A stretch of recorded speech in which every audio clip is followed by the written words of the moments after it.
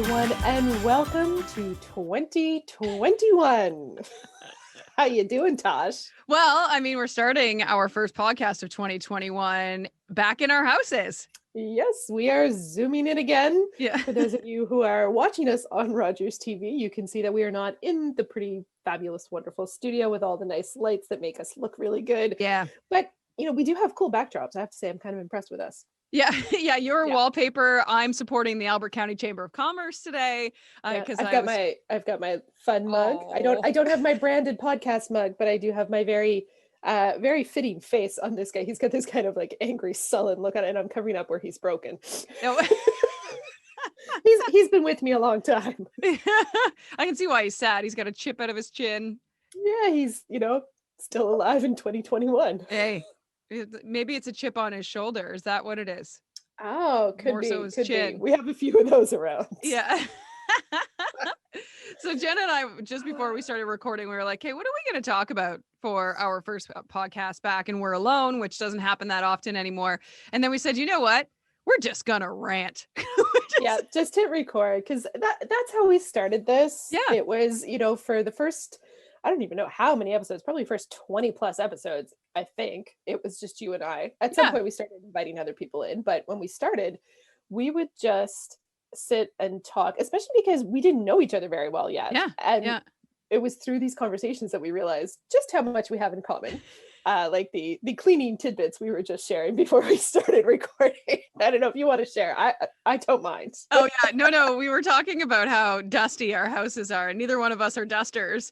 And Jenna says when she dusts, it's usually when she can write something in the dust. Yes. If there's enough dust on the surface that I could write something in it, I might wipe it off. To which you chimed in. Yeah, I would do that with like a dirty sock that's about to go in the laundry. Like, yes, I've done exactly the same thing. I mean, it just makes sense, doesn't it? It's going in the laundry already anyway. Why dirty something else to dust? No. Yep. 2 jobs, 1 sock. 2 jobs, 1 sock. I love it. It's true though. Our new tagline for this year. I feel like that's just kind of how this year's gonna go. It's like, what can I get by with? I'll use this dirty sock for something. Dirty sock. Well, that's it. It's like, honestly, 2021 looked at 2020 and was like, hold my beer. Watch me. True. We are 6 days in on the day of recording this. It's the 6th day of January, and it's already been a crapshoot. Oh my goodness. The last 24 hours in our province, in our community, has just been off the rails. Off the rails. I have to say, I'm very glad and very fulfilled. No, that's not the right word. I don't know what word I'm looking for, because I'm on like 4 hours sleep. But I'm very, very heartened by the fact that a lot of people that I'm seeing sharing their thoughts on social media are being very kind about what's happening. We've had this kind of like back-to-back series of weird, crazy things. We've gone back into our orange phase of COVID recovery, and then we had a shooting incident, and the shooter's still at large, and so then there were emergency alerts coming out, and then school closures happening after some kids had already left home to get on the bus. And there's just so much emotion in the air. It's like you can physically feel it everywhere. Yeah. And yet so many people are still being kind and still taking the time to realize everyone is human. Everyone is doing their best. Yes, we all probably wish there are times when decisions could be made quicker, or we could take back typos that we sent out a release with a wrong number or a wrong letter in someone's name. But this stuff happens all the time. We're human. We are. and sometimes, yes, it helps to vent and to like even to kind of have that moment of I'm gonna get up on my horse, because I wouldn't do that. Oh, totally. You would. But sometimes it feels good just to kind of be like, oh, look, someone else made a mistake. And I would just encourage everyone, if you need to do that, just do it verbally to someone in your presence. You don't need to put that out there on social media. You don't need to pile on to the people who are doing everything they can to do everything right, because no one knows exactly what to do in This these is still situations. crazy times. Yes. Now that's coming from two people that have media training. Mm. So, and I mean, that doesn't mean that I don't put typos out all the time, because almost every single post that I put out has a typo and I have to go back and check it. And because I'm super guilty of pushing send too fast and I don't go and look at what my phone's autocorrected. But admittedly, like, I was on the radio when all of this was going down and I was super mad because my kids were ready to go out the door to get on the bus. And when I went upstairs to tell them, like, there's not going to be any school today, I was kind of like stuck in this situation because I don't lie to my kids, but I do hold a lot back from them. And I was like, what do I tell them? It's not snowing. I can't tell them that it's a snow day. And like, you already, anyway. So I was like, you know what? I'm just going to tell them the truth. I deviated a bit to make it not as harsh. I just said, like, some young boy was playing with guns and he made a dumb move and now the police are looking for him. And they were like, okay. And my youngest looks at me and goes, cool. Can I eat those chicken nuggets that you cooked me for my lunch? I love her. And I was like, God, why can't I look at it that way? You know what I mean? Like, she was like, sweet, now I get chicken fingers for breakfast. Like, Yeah. that's like, and I don't like, as adults, we don't think of life that way. And now, I don't have to worry about, like, at 1:30 picking them up from the bus and then 2:30 picking them up from the bus. Now I get my whole day, once we're done recording, to literally sit on my butt. It's not that bad. I think, I don't know if we will ever know all the ins and outs of how all the decisions had to be made for all the series of events that happened today. And I don't think we need to. Yeah. And so maybe we'll never know whether or not the universe kind of just conspired to say, you know what? I think New Brunswick needs a mental health day. Yeah. You're all just going to stay home. Because Yeah. even I know there are businesses that decided not to open their offices today and everything. You know what? I think everyone just needs a little bit of a break. And we were also talking about this before we started. I would go so far as to say, you know what? You just want to full on put the brakes on, give everyone a good old 2-week red break. I'm not going to complain. I'm not. I'm not going anywhere anyway, so it doesn't really change much. And that's what we were saying. I was shocked that the announcement was not that we were going into red. I really thought that we'd go into red. They would just shut it down and stop things. I'm happy that we only went to orange, but that's because it doesn't affect my life. It doesn't change. The only change that comes of it is that my kids have to wear masks all day at school. That is the only change for our family, which I don't like them wearing masks all day at school. But if that's the biggest thing we have to deal with, so be it. Yeah, I think both of us are in similar positions where we're very privileged in the sense that it doesn't impact our lives a lot because you and I both already worked from home before all this started. Like before anyone else was forced to work at home, you and I worked from home anyway. I mean, yes, we'd go into the studio to record the show, but for the most part, we were used to being separate from society. Yeah.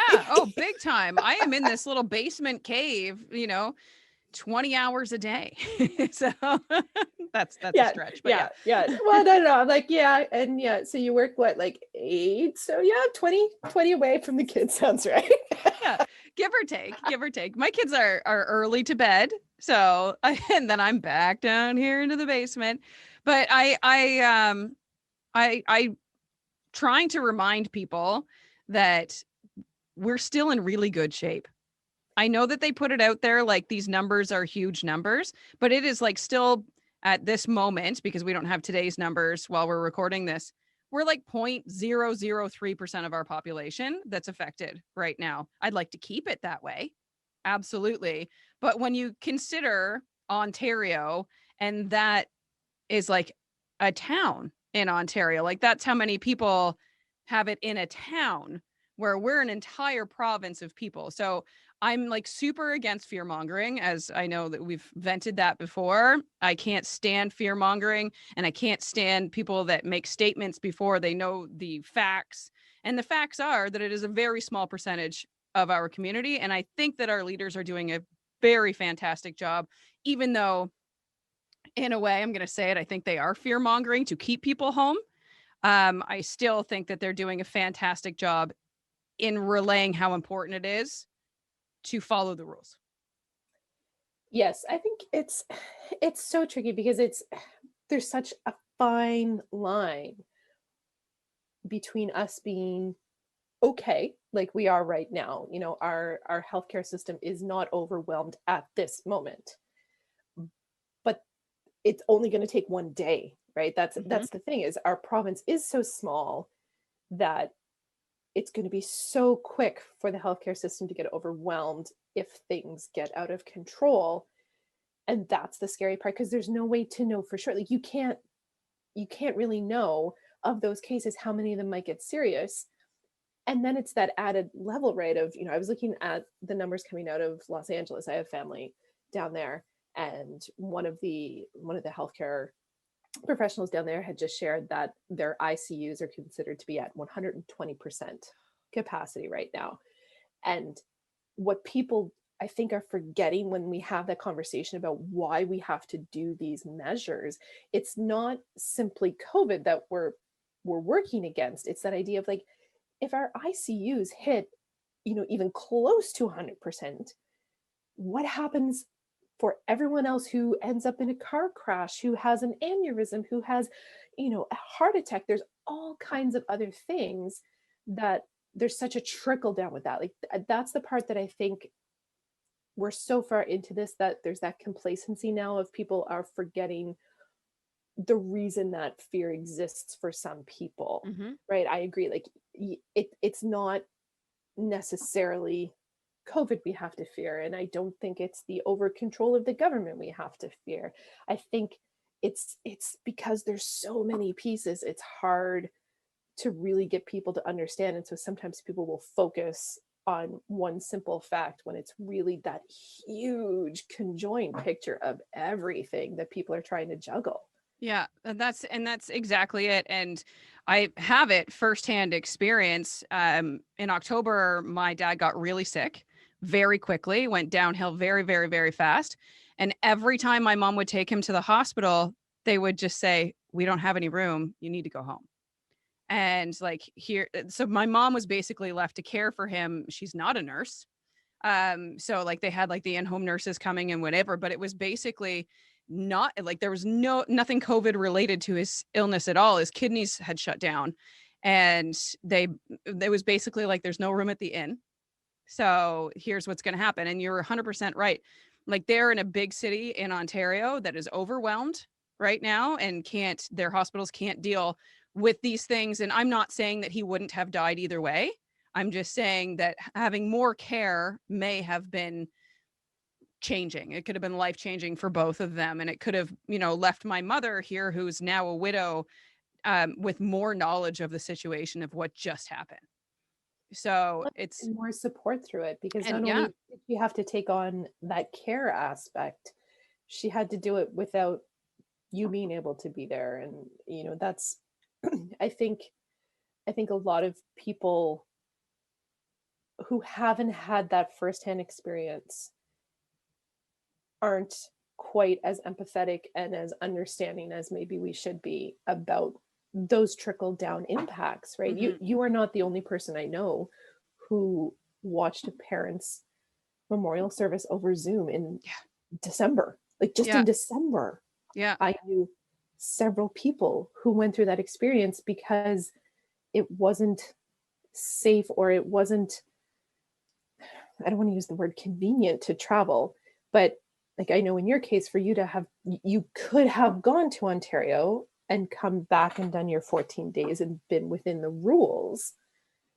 But you and I both know, to take 14 days Yeah. away from your family when you have young children is not an easy thing to do. You can't, that's not a simple decision to make. It's not. And then on top of it, my youngest had a birthday in that time. And then there's Christmas. Do you know what I mean? And if it had just been, my husband and I and our two kids, and there was no other family members to see over Christmas break, then yeah, I could have made it feasible. But it just at the same time wasn't worth the risk to my family too. My brother was able to come and be with my mom. He lives in Alberta, so he was able to go, and Do I feel horrible? Yeah. Like I don't know if my grieving is more the grieving of not being there, because I don't think that it's going to be real to me until like I actually see my mom and I can actually like, and I'm home and he's not there. I think that that's going to make it more real. And even talking with family members back home too, like asking around how everybody's doing. And a lot of them said the same thing, like, because we couldn't celebrate Christmas together for like the first time ever, my family's super tight and they're always together. And they said, we've never been able to, I don't think it became a reality for anybody because none of us were together. So it didn't seem like he was missing. So it's going to, like, all these realities are going to hit all these families. And like mental health right now is, I think, should be the number one priority for everybody, whether you're going through the grieving process like my family is, or whether you're just dealing with the fact that this is life now. And it's such a change that we all need to, I don't know, make sure we're getting it out. And I'm not saying that you need to be posting everything on social media, but you need to have an outlet. I think we all need to find an outlet right now to save ourselves. Yes. Yeah, definitely. I think, talking, moving, I know in our family, we invested in some of those seasonal lights, the Ooh, happy yeah. lights, right? Mm-hmm. Yeah, it's a constant discussion here and a constant, checking in. And it's such a strange spot to be in because we can see that light at the end of the tunnel, that there are vaccines and things are going to change at some point. We can see that now, but that point is still moving. It's Mm-hmm. not like it was some magical, like, oh, look, it's January 1st. Life is good now. Like that's never the way it happened any year. Never. It wasn't going to be any different this year. Yeah. I think we still have a long road ahead of us, but at least now I hope that people do have some of those, coping mechanisms and at least that awareness that, we need to keep talking through this. We need to keep ourselves moving. I woke up the other night, and waking up is not really accurate. I wasn't asleep yet, but I sat up in bed and actually like grabbed paper and pen. And I was thinking about when I used to swim. Mm. Well, you might not know by looking at me, but I was a lifeguard. Oh, Jenna, come on. No one wants me to be in charge of their safety right now. But back in high school, I was all right. One of the things that you have to do when you're becoming a lifeguard is timed swims. So you have a certain number of laps you have to do in a certain window of time. That was always my biggest challenge. And I think the turning point for me in that came when I realized it was okay to stop doing front crawl and switch over and do back crawl as long as I kept moving. Right. Right. If you stop, you're never going to make it. But there's nothing that says you can't shift. You can't change. So when I would roll over onto my back and do my back crawl and I could breathe and I could look up at the ceiling and I could count the lights, it brought me back down. Like, okay, yep, keep moving. And you know what? Yeah, I might have been right up against that last second on the time. Whatever. but I think that's what we all need to remember right now. Like it's okay to shift from what's been normal for you. It's okay if you need to find a new way to cope with something. Just keep doing something. Keep moving. You don't have to move fast. You don't have to move. It doesn't have to be powerful, right? That was the other thing I was saying. Like, when you're doing the front crawl, it's these really big, powerful strokes that you're just like, just pushing through the water. On your back, no, it's just like, oh yeah, I'm just hanging out. This is good, right? Like it's okay to just hang out. I like that. Keep moving. Yeah, I like that. It's something that I say to people all the time. They like when people start running, when you did the run for women earlier this year too. Walk. Yeah, whatever. And like I'm going to say it to you again. It doesn't matter. Forward is the right direction. I just right? want to make sure people understand. I don't run. I will walk. I will walk. Well, And I will assure you, yeah, so, I am no longer running either. So if you want to do it again next year, I'll walk with you. Yeah, yes. that would be great. Yeah, no, I've been advised that I got to give up the ghost. There's no more running. I am getting old and my joints are not handling it very well. So. That's another discussion, this whole getting old thing. I filled out a questionnaire the other day as a middle-aged woman. You did not. I did, because middle age is 40s and 50s. I'm like a couple years into this. And I'm like, yeah, no, I don't expect to live past 100. Like, yes, this is obviously my middle age. Oh my gosh. Yeah, so it was some fascinating thoughts. I think we will come back to that one on another episode, because I think it was I might even have a guest we could pull in. We'll see. Oh, that would I think would be a pretty funny conversation. I can remember the first time entering my age in something digitally and like having to scroll back and scroll back and scroll back. And I'm like, okay, like 82 wasn't that long ago, man. But once I had my child say to me, what was life like in the 80s? And I was like, well, fluorescent and happy. And she was like, how do you know? You weren't alive back then. Oh, but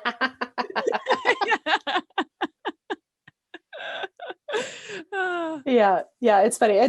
There are still times I kind of get that little like, ooh, when someone's like, really? You were born that long ago? I'm like, yes. Does that mean I still look good? Yeah. Like, no, well, that's not what it is, really. We all get that point, right? I remember the first time I had an older cousin who like didn't just know her age off the top of her head. And I was like, how can you be like that? Yeah. And then you pass 21 and you're like, oh, now I understand. Mm-hmm. It's just this, just this blur. Exactly. Yeah. My brother turned 40 this year and my mom seemed to handle that okay. And then the other day I said something about I'm closer to 40 than I am 35. And she was like, oh my God. Both of my kids are going to be 40. And I was like, yep, we are. But Jeremy will be 42 by then. So. Yeah, that is a whole other phase of like reality. Yeah, weird. But yeah, that's a whole different conversation. We can talk about how I have like suddenly like fallen into this world where like I'm getting another chemical peel this week. My second chemical peel from East ND. I love them, highly recommend it. It's not necessarily for making you look younger, but giving you that nice glow back to your skin. So yeah, we could definitely come up with an entire other episode out of this, but we are like roughly out of time here already. Yes, we are, because this is what happens when we just chat. Time just like it really happens with all of our guests too. I don't think we've ever been pulling for things to talk about. We have the gift of gab, you and I, so it works out very well. We do, and it is, like we said, it's nice, especially in these crazy times, to have that connection, have that chance to talk with someone. And I know, a lot of people who do a lot of these Zoom calls and things for work talk about the Zoom fatigue, but for me, like I do 1 or 2 of these a week, maybe. I'm like, yes, bring it on. Let's do Zoom. Give me an adult. Yes. Yeah. And a chance to talk about something too, right? Yeah. And stuff that you're not just like, talking, you're not talking business. That's the fun thing about this, is we can talk about whatever we want. We're not always talking business, which is great. Yeah. Well, that is our business, just to talk about everything. That's true. One of my favorite editorial cartoons ever. And I know I'm going to have to stop talking here soon, but when I first walked into the newsroom, the first newsroom I walked into, one of the other journalists had this cartoon up, and it was a bullseye, like a target, and like it had all these different words around it. And the news crew was standing there with their darts. All right, what am I going to be an expert in today? I'm like, that is journalism in a nutshell. Yeah, that sounds like the best newsroom ever. Yeah. That's way too cool. I still miss that one. Yeah, I can imagine. That sounds like a wicked place. Okay, so let's talk a little bit of business though before we go. How can people find you, Jenna Morton? Jenna Morton is the voice behind Pickle Planet Moncton. So you can find me at www.pickleplanetmoncton.com. And I can tell you that right now on the homepage, there's a fantastic post that lists all kinds of winter activities in the Moncton area, all kinds of outdoor things that are not, dependent really on zones and phases and all that kind of stuff, places to go sliding, places where you can walk on trails and all that kind of great stuff. Same thing on Facebook and Instagram. Look up Pickle Planet Moncton. You will find me. Yay, I love that. Love it. Love it. And you can find me at the podcasthub.ca or tosh.woodtaylor on any social medias too. And if you're looking to start a podcast, be on a podcast, advertise on a podcast, hit me up. I can help you out with all of that. Yay. We'll see you next week. Sound good? Bye, everyone. Yes. Bye. Oh, for sure. Every week. We're here. Every day if we're on Rogers.